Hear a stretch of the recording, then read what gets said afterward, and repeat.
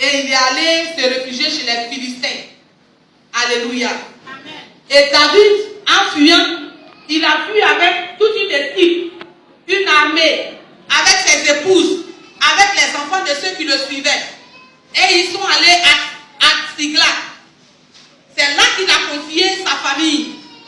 Et il a décidé d'aider le roi des Philistins à combattre Israël. Alléluia. Et pendant que ces Philistins allaient se battre avec Israël, il y a l'un des rois qui a vu David et puis qui a demandé au roi de Sigla, mais celui-là il fait quoi parmi nous ici? Il dit, mais c'est David, le serviteur de Saül là, il a fui de chez son maître, il est venu et il veut combattre avec nous. Ses amis, au roi des autres contrées, leur dit, mais vraiment, toi tu t'amuses, quelqu'un qui a fui de chez son maître, tu penses qu'il peut faire quoi? La seule chose qu'il peut faire, c'est de se tourner contre nous pour nous tuer, et puis reconnaître ou bien chercher la faveur de son maître. C'est à un tel type que tu veux te confier. Alléluia. Amen. Mais néanmoins, David a combattu avec ses hommes. Et pendant qu'ils étaient en guerre, les ennemis, les Édomites, les Philistins, les Syriens sont sortis dans cette ville où David avait laissé sa famille.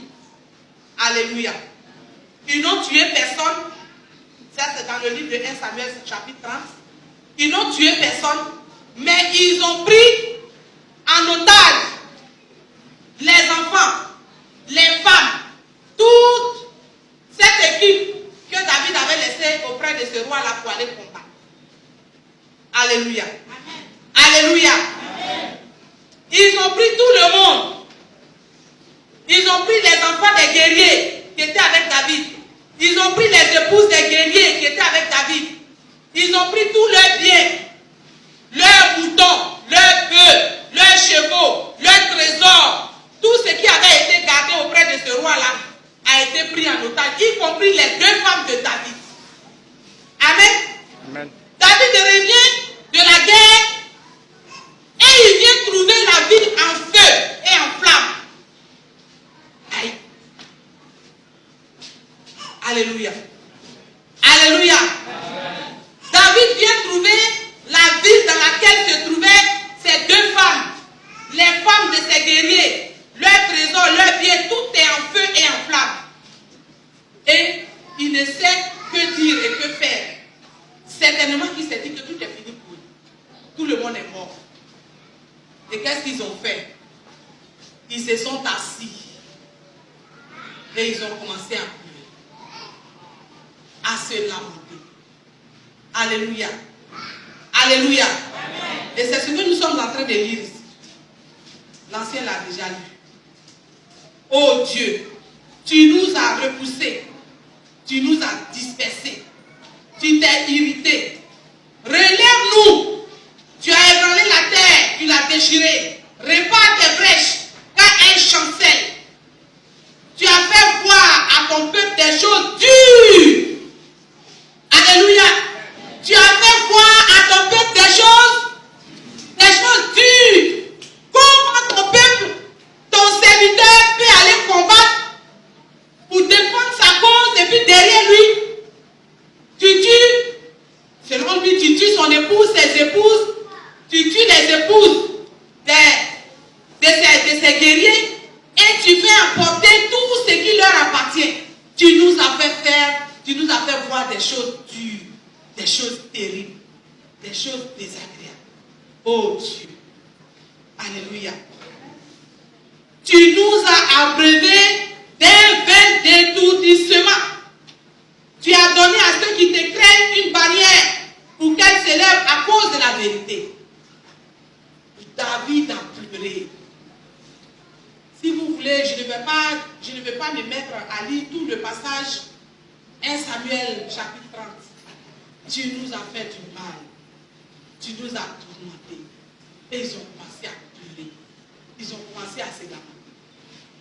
Mais quand ils se sont lamentés jusqu'à là, il y a quelqu'un qui s'est ressaisi.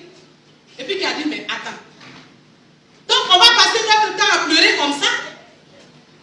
Et certainement qu'ils reçoivent une nouvelle pour dire,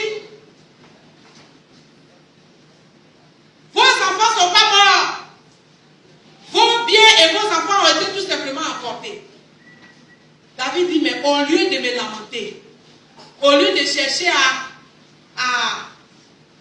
perdre espoir, à pleurer, à faire ce que je dois faire parce que je viens de perdre quelqu'un, il faut que je me relève. Alléluia. Il faut que je me relève. Et c'est pourquoi on parle d'espoir. Et en parlant d'espoir, qu'est-ce que c'est? Selon l'encyclopédie biblique, l'espoir, c'est le développement d'activité. C'est une action d'éclat. Et dans le dictionnaire français, il est dit, c'est un acte, ou bien ce sont des actes qui ne sont pas des actes de guerre, mais ce sont des actes qui demandent de la vaillance, de l'audace, et qui aboutissent à un résultat surprenant, à un résultat nouveau. Alléluia. Donc, un espoir, alléluia, un espoir, c'est un acte qu'on pose.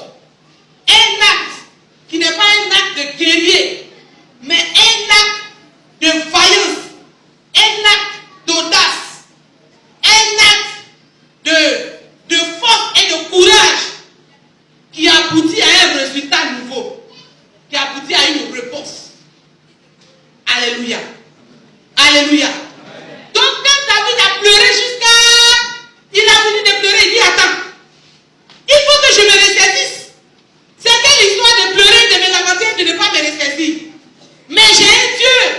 Et ce Dieu-là, je sais qu'il est avec moi toujours. Il faut que je me lève. Il faut que je pose des actions d'audace. Il faut que je pose des actions de courage. Il faut que je pose des actions de vaillance qui vont aboutir à un résultat nouveau. Alors avec Dieu, je ferai des exploits. Alléluia. Amen. Alléluia. Amen. Avec Dieu, je ferai des exploits. Et faire des exploits, c'est poser des actions de vaillance. C'est poser des actions d'audace. C'est poser des actions de courage. Alléluia. C'est poser des actions de fermeté qui doivent aboutir à des résultats nouveaux. Ce n'est pas ce qu'on voit d'habitude, mais un résultat nouveau. Un résultat resplendissant. Un résultat qui donne un témoignage nouveau. Alléluia.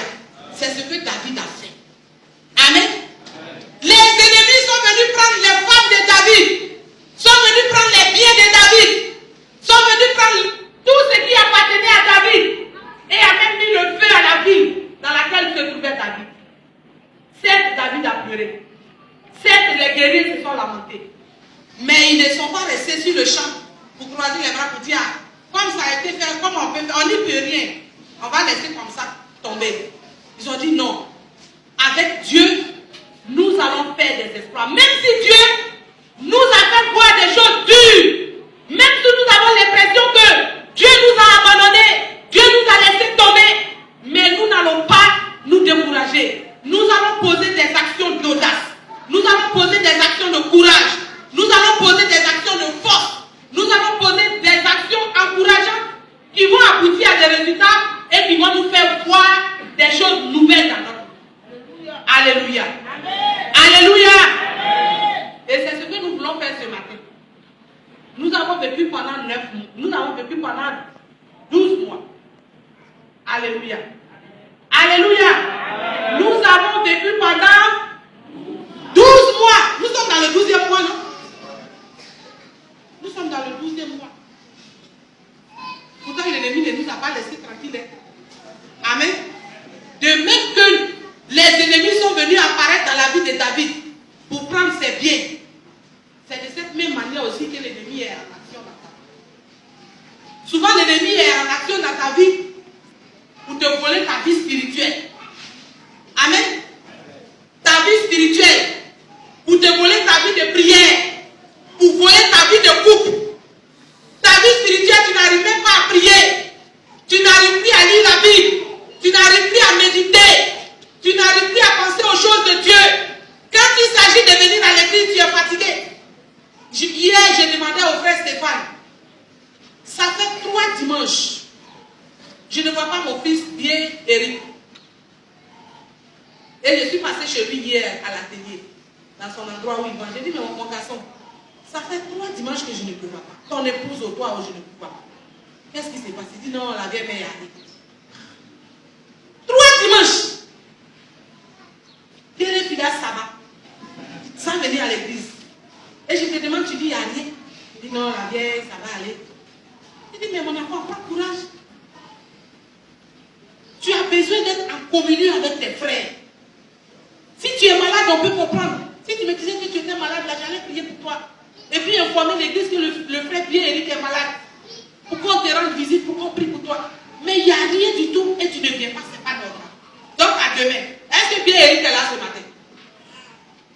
Donc ça lui fait 4 dimanches d'absence. Le diable là, il prend souvent notre vie spirituelle en otage. Comme les ennemis de David ont pris sa famille en otage. Alléluia. Et prendre ta vie spirituelle en otage, c'est négliger de venir à l'église. C'est négliger la méditation de la parole de Dieu. Négliger la prière. Tu as envie de prier, tu dors. Souvent même au lieu de dire merci Seigneur, tu dis ce à quoi tu rêves. Tu ne sais même pas ce que tu dis. Alléluia. Alléluia. Mais David a dit, cette vie spirituelle, même si Dieu me montre des choses dures, même si le diable est en train de me menacer, et penser que je vais lui soumettre ma vie spirituelle, je vais poser des actions d'audace. Je vais poser des actions courageuses qui vont aboutir à un résultat fabuleux. Un résultat qui va me permettre de me relever pour pouvoir glorifier mon Dieu. Alléluia. Il y a des moments où le diable prend notre vie de couple en otage. Et la vie de couple. Tu passes à gauche, ta femme est à droite, tes enfants sont en haut. Alléluia. Alléluia. C'est comme ça que David a subi les menaces de l'ennemi. Pour eux, là, c'était des guerriers qui sont venus prendre. Mais pour nous, c'est le diable en question avec ses anges qui se battent contre nous chaque jour et qui veulent nous arracher notre bonheur dans le foyer. Alléluia. Amen. Tu n'arrives plus à prier avec ton épouse. Tu n'arrives plus à communiquer avec elle. Tu n'arrives plus à communier avec elle. Tu n'arrives même pas à communier avec tes enfants. Tu n'arrives même pas à avoir des relations véritablement correctes et complètes avec ton épouse et ton époux. Et puis tu es là, tu te lamentes. David a pleuré, mais il n'est pas resté assis. Il a dit, mais dis donc, Seigneur, même si tu m'as montré des choses dures, mais je sais qu'avec toi, je ferai des exploits. C'est-à-dire qu'avec toi, je vais poser des actions d'audace, des actions encourageantes, des actions de force, des actions d'encouragement. Et je vais me relever de cette situation. Parce que je sais qu'avec toi, je ferai des exploits et j'aurai des résultats. Alléluia. Ton couple est tombé, ton couple est assis à terre, les pieds tendus. Mais tu ne veux pas faire d'esprit. On sait, c'est des... Souvent on écrit ça sur les tricots, les t-shirts. Avec Dieu, nous ferons des exploits. Souvent même c'est calé sur notre poitrine ici. Avec Dieu, nous ferons des exploits. Pourtant ton couple dort. Tes enfants sont drogués. Tes enfants sont devenus désobéissants. Tes enfants ne vont même pas à l'église avec toi. Il y a des parents qui viennent à l'église. Quand tu viens de partir à l'église, tu m'as donné à l'église. Souvent même ils donnent les ordres aux enfants qui sont à la maison. Préparez, tu viens à la sauce. Moi je fais la sauce à on vient à manger. Lui il va pas à l'église aussi. Alléluia. Alléluia. Depuis là tu dors. Tu peux te lever avant de partir à l'église. Et les enfants là vous me fatiguez d'être.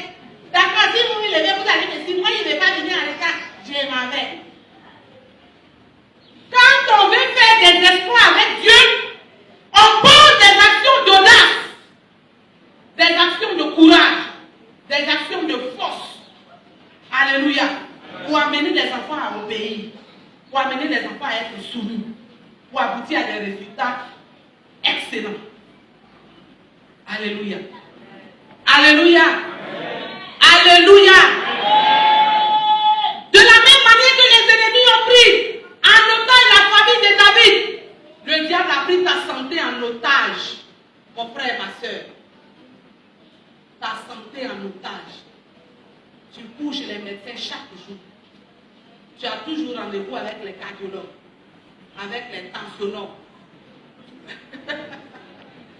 Le professeur va corriger. Tu prends rendez-vous avec les... Donnez-moi un autre nom ici. Tous les spécialistes du CHU là, tu les connais. Tu rentres ici, tu sors là, tu rentres ici, tu sors là. On ne trouve rien, mais c'est toi qui es tout le temps malade. L'ennemi a pris ta santé en otage. Alléluia. Au lieu de t'asseoir pour te lamenter comme David, comme les guerriers de David, dis comme David, avec Dieu, je ferai des exploits. C'est-à-dire que, malgré que je suis malade, je sais que ce Dieu que je sers est vivant. Il faut que je me lève et que je pose des actions qui vont aboutir à des résultats excellents et qui vont me délivrer de cette situation. Alléluia. Alléluia. Le diable a des stratégies. Il peut même prendre ton service, ton travail en otage. Ton travail. Tu travailles mais tu gagnes rien. Hein? On ne travaille pas pour manger. On ne travaille pas pour être à l'aise. Mais tu travailles, tu payes crédit sur. Tu payes crédit sur. Tu travailles, tu payes crédit. Les maguillards là, ils sont à la porte. Dès que tu sors, tu finis de payer leur crédit. Tu recommences encore. Et puis eux, ils sont là pour ça. Hein? Souvent, mais ils t'encouragent, tu ne prends pas encore. Mais tu as déjà donné tout ton salaire, il faut prendre encore. Et puis, il y a des intérêts exorbitants. De combien? De 110%. 200%. Tu as pris 10 000 francs, tu rembourses 30 000. Oh, c'est quoi ça? Alléluia. Ça veut dire que le diable a pris ta vie financière en otage. Le diable a pris ta vie financière en otage. De même que les ennemis de David avaient pris sa famille, ses biens et tout son trésor en état. De cette manière, le diable a pris tes finances en otage. Mais David dit, Dieu, même si tu m'as montré des choses dures, je suis convaincu de quelque chose, c'est qu'avec toi, je ferai des espoirs. Et faire des espoirs, c'est poser des actions d'audace. Alléluia. Et c'est ce que nous voulons faire pendant ces 12 jours. Nous voulons poser des actions d'audace. Nous voulons dire à l'ennemi, tu n'auras plus accès à ma vie financière. Tu n'auras plus accès à la vie de mes enfants. Tu n'auras plus accès à la vie de ma famille. Tu n'auras plus accès à ma famille. Tu n'auras plus accès à ma santé. Tu n'auras plus accès à mon travail. Tu as plein de diplômes dans la poche, mais tu es au chômage. Oh, qu'est-ce qui se passe? Tu connais papier jusqu'à dépasser le degré. On sait que c'est par moi, Dieu, quand il t'appelle à la vocation, et puis tu refuses, il ne te donne pas de travail. Mais tu n'as pas de vocation, tu n'as rien, mais tu travailles. Qu'est-ce qui se passe? C'est que le diable a pris ton travail en otage. Pendant ces 12 jours, tu vas poser des actions d'audace. Alléluia. Amen. Tu vas te lever avec fureur. Tu vas te lever avec force. Tu vas te lever avec abnégation. Et quand on lit dans le livre de 2 Samuel chapitre 8, à partir du verset 1, effectivement David s'est levé. Et David est allé délivrer sa famille, délivrer ses épouses, délivrer ses enfants, délivrer tout ce qui lui appartenait et les a ramenés. Alléluia. Alléluia. Le diable tient ça en main et il nous fait peur, mais il n'est pas fort. Il n'est pas puissant. Il n'a rien. La Bible dit que ce qui est en nous est plus fort que ce qui est dans le monde. Alléluia. Il te faut tout simplement poser des actions d'audace. Il te faut poser des actions de courage. Il te faut poser des actions de fermeté pour que le diable tremble. Mais comme tu ne le sais pas, tu es là puis Satan joue avec toi. Il y a une dame là qui me disait, hé maman, parce que quand il me lève là, tout mon dos là me fait mal. Je ne sais pas ce qui se passe. On fait sa délivrance. Elle là dans le milieu de la sorcellerie là. Elle ne cherche pas bonne chose. C'est ça, elle dit, moi si Angéline, si j'étais sorcière. Moi j'ai donné mon dos. Et puis les gens vont faire son amour dessus. Et puis ma tête, ta camarade de femme s'assoit sur ton dos. Et puis toi tu sautes, tu fais son amour. Et puis elle est en reine, à un couronne sur la tête. Et puis ma tête, quand tu dis, Nanké. Toi, tu ne peux pas faire. Tu ne peux pas t'asseoir sur son dos aussi. Il va faire son amour là sur ton.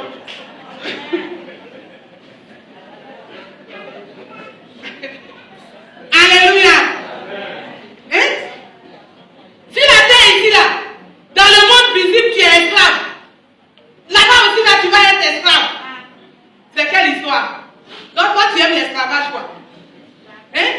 Il y a des gens, quand on fait la délivrance, ils disent, là-bas, là, je suis reine. Mais toi, tu n'as rien ici. On te donne à manger, on te donne à vivre, on te donne tout. Et puis là-bas, là, quand tu fais son amour, les gens sont sur ton dos. Alléluia. Amen. Et quand je prie pour ces personnes-là, je fais palabre avec le démon.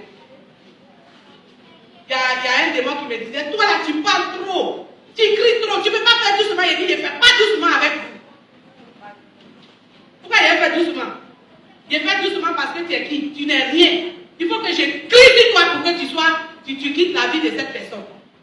Mon frère, ma soeur, le diable ne peut rien contre notre vie. Tant que Dieu n'en a pas décidé, il ne peut rien contre notre vie. Mais il met autour de nous des balises pour nous faire peur. Mais David dit, moi je n'aurai pas peur. Je ne vais pas m'asseoir à terre pour me lamenter, pour pleurer sur mon sort, pour me relever et puis faire le deuil parce que mes femmes sont parties, parce que mes biens sont partis. Mais avec l'Éternel, je ferai des exploits. Et faire des exploits, c'est poser des actions d'audace, c'est-à-dire prendre ton courage, te lever et puis poser des actions qui vont te faire la délivrance, qui vont te donner d'être délivré de tout ce que l'ennemi est en train d'entreprendre dans ta vie. Alléluia. Tu as plein de jeunes filles, elles sont dans ta maison, elles ne se marient pas. Il y a quoi? C'est toi qui accompagnes les jeunes filles dans les mariages, tu es témoin de plusieurs filles, mais tes propres enfants ne se marient pas. Arrête de te lamenter. Pose des actions d'audace. Et fais des exploits avec le Seigneur. Alléluia. Alléluia. Amen. La Bible dit que nous serons à la tête et non pas à la queue. Mais toi, tes enfants sont toujours à la queue. Non. Dis-toi que c'est non. Je ferai des exploits avec le Seigneur. On a notre petit là. Il est à l'école. À chaque fois qu'il va faire classement, il est 20e, 21e. Et puis sa grande sœur lui dit, mais Gideon, c'est quoi? De premier jusqu'à 20e, 21e. Tu ne veux pas être premier? Il dit, Titi, j'ai fait de mon mieux faire. J'ai fait de mon mieux faire. J'ai dit, mais j'ai fait de ton mieux faire. Dit, maman, j'ai fait de mon mieux faire. On est 35. Si je suis 21e, la tête. Vous dites qu'il se contacte du 21e là. Faut pas te contacter de ta situation, mon ami. Fais des espoirs avec le Seigneur. Pourquoi faire de ton mieux faire? Mais fais de ton mieux. Mieux pour arriver à des résultats qui vont te permettre de te délivrer. Alléluia. Et c'est pour ces actions-là que nous avons prévu ces 12 jours. Je veux t'encourager ce matin à être présent. S'il te plaît. 18h30. Au plus tard, à 20h, 20h30, nous avons fini. C'est vrai, nous sommes dans une ville qui est en mouvement. Nous allons au travail. Je n'en disconviens pas. Mais fais ton possible. Fais ton mieux faire, comme mon fils pouvait le dire. Fais de ton mieux faire. Et viens te joindre à nous. Pour qu'ensemble, nous puissions véritablement faire des espoirs. Que Dieu bénisse sa parole au nom de Jésus.